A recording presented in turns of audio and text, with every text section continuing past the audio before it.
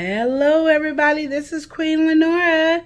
Okay, we got a topic today, and the topic is how to work out an argument with your partner. Sounds good. But before we get started, what we gonna do? We gonna subscribe. We gonna hit that bell notification to let you know when I'm on the screen, and then we gonna do a thumbs up for the like, and then we gonna share. That's how we roll because ain't nothing better than us sharing the family love. Okay, so here we go.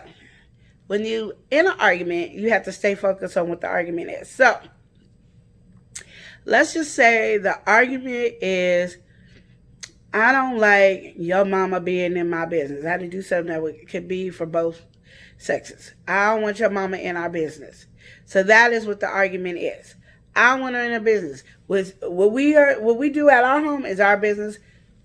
They don't need to be. I don't want the family, mama, cousin, brother, sister in the business. And now we're having this debate and this argument. Now you feel like you're either winning or you're losing. Either way, it goes both ways. We feel like that, and then you go, Well, you remember last week when you didn't put the dishes in the dishwasher? That has nothing to do with this conversation today. And that's how arguments prolong and get bigger and bigger, and things go out of perspective. I can't even say the word. Out of perspective. Thank you. See my mind going, playing tricks on me. Okay.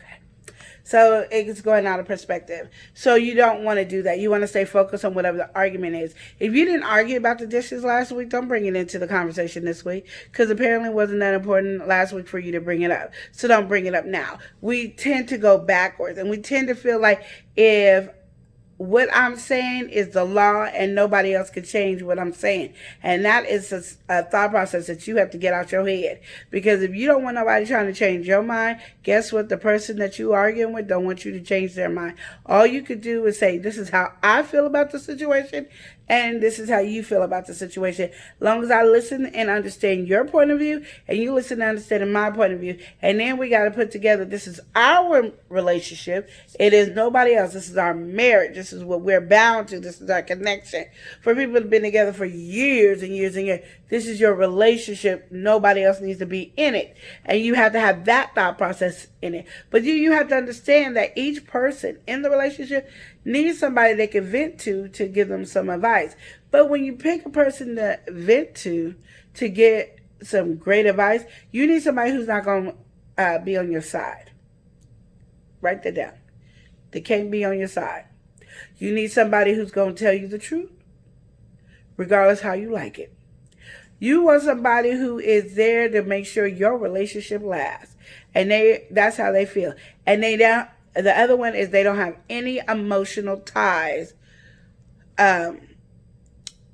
connected. So basically, how I say, if you tell mama has emotional ties to her baby. So regardless if you're male or female, mama has emotional ties to her baby. And most moms cannot give great advice when they're on their baby's side.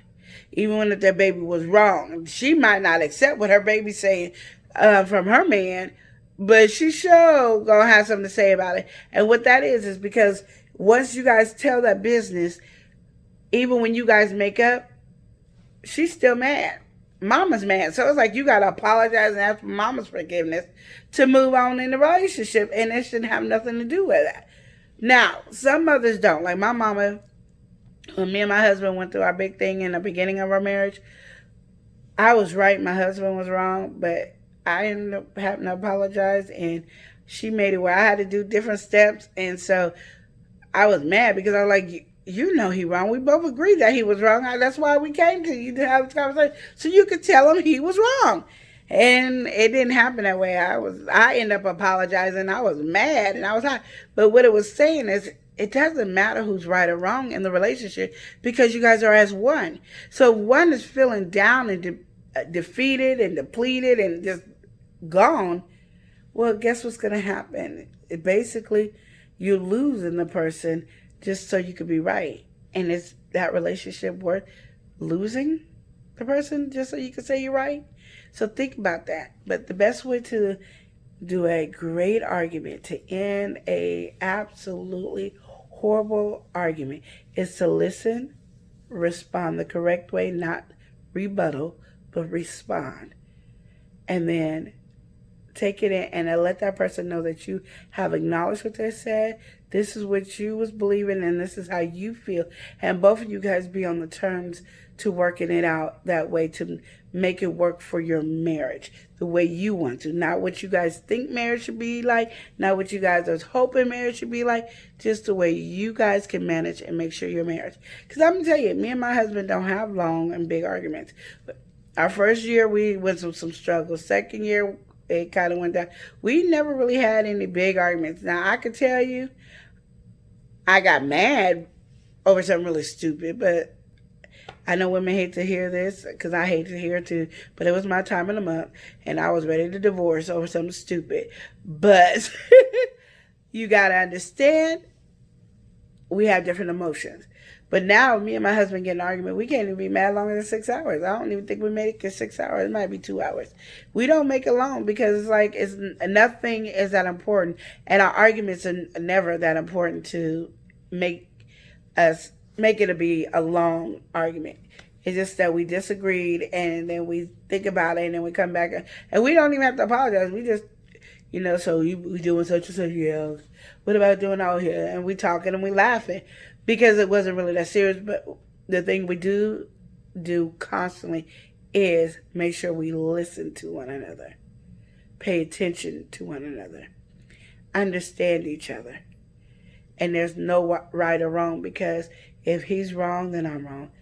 If I'm right, he's right. So it is what it is.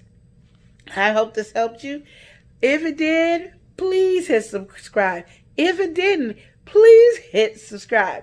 Hit subscribe, hit the notification button, and hit the like for the thumbs up.